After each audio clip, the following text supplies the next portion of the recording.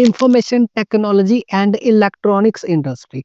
तो यहाँ वाली इस वाली हेडिंग में ना बेसिकली हम लोग ना इलेक्ट्रॉनिक्स इंडस्ट्रीज के बारे में ज़्यादा डिस्कस करने वाले हैं, ठीक है?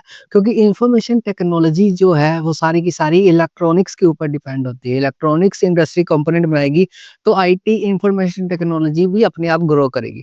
तो ये वाली बेसिकली लास्ट रहने वाली है इस इंडस्ट्री। इसके बाद हम लोग एक लास्ट वाली चैप्टर की मेन हेडिंग डिस्कस करेंगे, फिर चैप्टर ओवर हो जाएगा। इसमें आपने इलेक्ट्रॉनिक इंडस्ट्री की सबसे पहली बात यहाँ पर ये नोट रखनी है, जो इलेक्ट्रॉनिक इंडस्ट्री है ना, cover wide range of products, बहुत सारे प्रोडक्ट्स की रेंज में आती है, मतलब बहुत सारे प्रोडक्ट्स को बनाती है।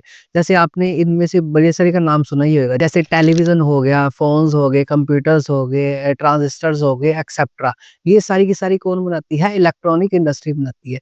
तो आपको यहाँ पर 2 मार्क्स का या एमसीक्यूज में आ सकता है, इलेक्ट्रॉनिक इंडस्ट्री की वाइड रेंज है, इसको एक्सप्लेन करो। तो आपने बताना ये सारे प्रोडक्ट बनाते हैं।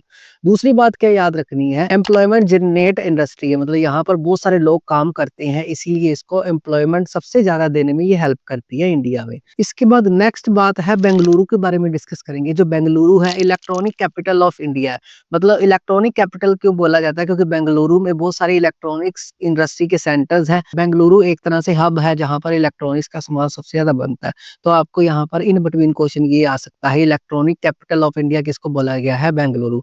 उसके बाद अगला लास्ट इसमें बात आपने याद रखनी है, अदर इलेक्ट्रॉनिक सेंटर। बहुत सारे अदर इलेक्ट्रॉनिक सेंटर्स है जहाँ पर इलेक्ट्रॉनिक्स इंडस्ट्री सबसे ज्यादा ग्रो करती है, जैसे पुणे हो गया, चेन्नई, कोलकाता एक्सेट्रा। बाकी सारे के सारे मैं नोट्स में दूंगा। तो ये तो थी information technology and electronic industry के बारे में चर्चा।